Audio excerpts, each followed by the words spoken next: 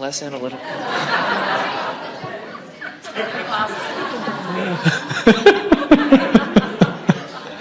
Hi.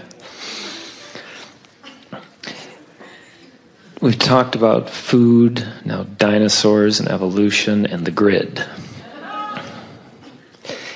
And the words that came to me is that they're just at a deeper and deeper level. In fact, right now in front of you, I'm like catching up to it, obviously, but of a new basis for faith. And I'll just stop there. That's what, there's a few other things, but I could say some other things, but.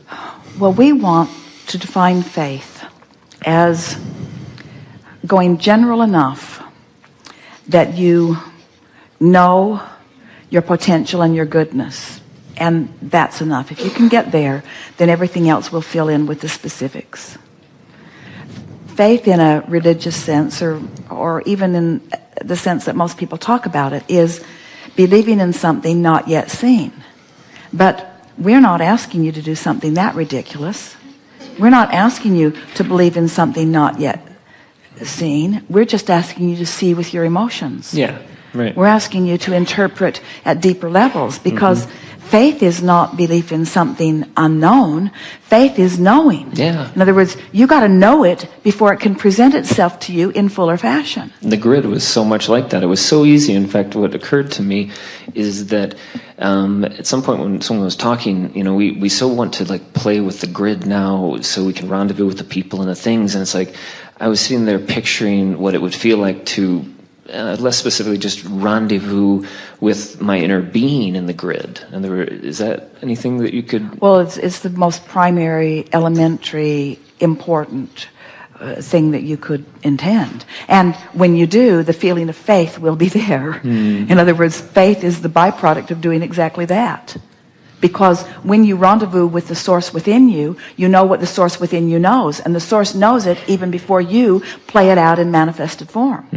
So that's better. That's an even better definition of faith, isn't it? Faith is knowing what the source within me knows without life having to prove it to me. Absolutely. And why does source know it? Why does source have faith? Why does source know it before it is played out? Because source knows the laws of the universe and has such confidence in the consistency of the laws of the universe that source knows it can be no other way. That's faith. Believing in the law, you see. So there are people who believe in the law, they just don't believe in their mental capacity to focus. Yeah. In other words, I believe it can be done, I just don't believe I can do it. Or I believe that my inner being knows it, I just don't believe that I know it. And we say, well, if this time-space reality has given you a desire, it has given you the means with which to have the full manifested version of that desire. And when you know that, that's the faith that we've been trying to evoke from you, to not instilling something in another sounds like we know it and we're trying to stick it in you. We're wanting to summon it from the depths of your knowing, you see. And we just lose that knowing so you that we can expand. You don't lose it, you cover it up with crap. But we come, You cover it up. You cover it up with irrelevant things. For expansion, though, I thought we kind of cover it up for expansion. So we come forward. Oh yeah, there is that. Now you're talking like us. Now you're talking like your inner being. Now you're talking like someone who knows that the contrast, even in its awfulness, is something worth making peace with, because it was the basis of that. And oh, look at that. Yeah. It just turned to it, and that whole basis of turning to it, since we're in this subtler realm, and one, there's quote no procrastination. There's these subtler. What do you mean subtler? More subtle realm. What do you mean? For instance, there's not the whoosh of the same emotional thing going outside the vortex to inside the vortex. So you were speaking of emotion, but you were talking about the difference between subtle emotions that don't ring your bells so much. Precisely. Thank you. And so, and inspiration has been used so much. And inspiration was really easy to kind of, that's inspiring, that's not inspiring. But in these other ones where Esther is playing around with you, apparently, with, boy, where's hope? Hope's way too far, and there's these other words, and maybe they're even different orders. Well, the more you play with this, in other words, hope is so much better than despair. Yeah. But hope in relationship to knowing, huge difference. And once you've tasted knowing, hope sort of... Yeah, totally. Once you've tasted knowing, anything less than that isn't enough. Right. And that's, which means after you hang around with your inner being for a little while, you don't want to go anywhere without them. It's like your American Express card.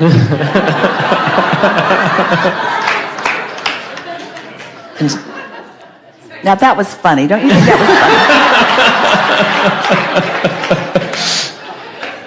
And maybe that's to your point where there's increasingly less of a differentiation and there's not that separation, and maybe that's why I don't have those feelings of elation and inspiration. It's just like when you said like it and get it, like it and get it, like it and get it, because there's less separation between the two selves. If you find yourself feeling a little bored with that, then your desire for more emphatic emotion is launched, and then something will come to you that will produce that for you. In other words, there's no right or wrong in all of this, but there is a wonderful thing about settling in to a sort of peaceful ease and flow.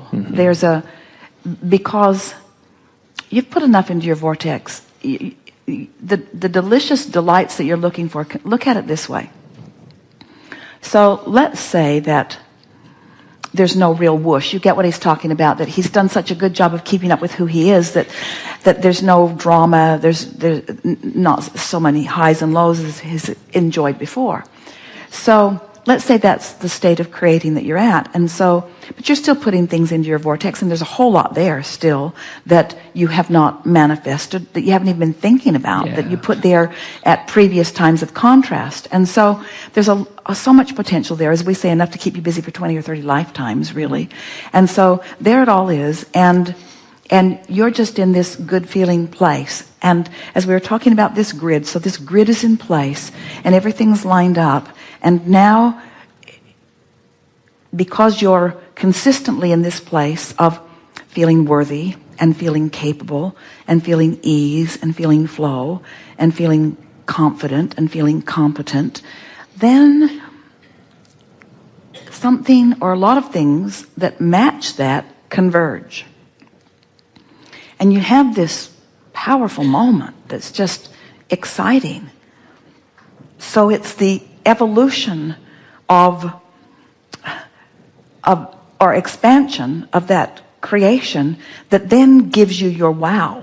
In other words, you can get to the feeling of the expansion happening simultaneously. Let us say it a different way. You can get so good at this emotional basis that then as the pieces begin to reveal themselves to you, it's the rendezvousing of those pieces that just knocks you over. Jerry and Esther say almost every day, after all of these years, man, can you believe that? And of course they believe it. They don't mean that it's unbelievable, but they are still thrilled at the universal's orchestrational ability to bring circumstance and events together in ways that still, after all these years, surprise and delight them and take them to deeper and deeper levels. And that's what we're talking about. And what's so cool about what you just said is what I just tapped into is actually feeling the non-physical expansion happening out there. Feeling, rather than feeling the rendezvous or the manifestations, but feeling I've just expanded out there. Perfect. And when you get to the place where you feel it and don't need the manifestation of it, that the feeling of it, that the grid of it is enough, then you are home free. And then the avalanche of manifestations will make you yodel down the canyon.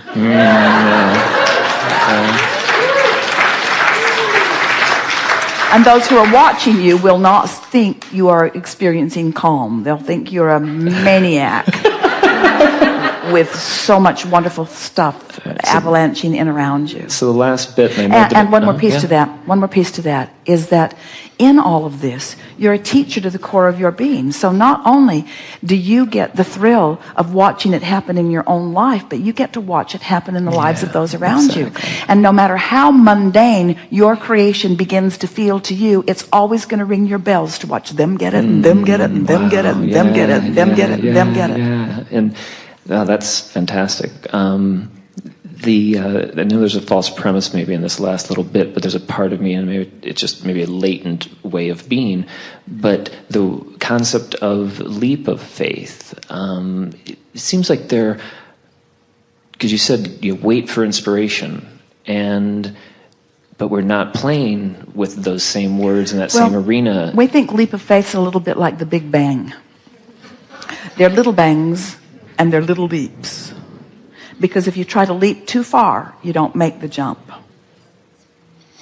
Leap of faith, what people mean by it is just proceed as if it's going to be all right, even though the evidence doesn't show it. Yeah, and that's what I mean by the different basis of faith, is the words that you just used there could be interpreted in an old way or in this new paradigm, a new vocabulary. Don't you love the expansion? Yeah, thank you. Isn't it ringing your bells? Don't you love the new way of talking about it? Yeah. Wouldn't you like to take every process that we've ever talked about and bring it forward into the vortex and reinterpret it from the new dynamic? Oh, wow. Wouldn't you like to know why everything that's been working for you worked for you from the vortex point of view? Wouldn't you like to take everything and now apply it to the grid? That's what you're going to be doing over the next weeks and months. You're going to, from this new understanding that you have, now everything that you've ever understood or known is going to take on new life, and it's going to be more meaningful, and it's going to surprise and delight you in new ways. Thanks to everyone. Thanks to you.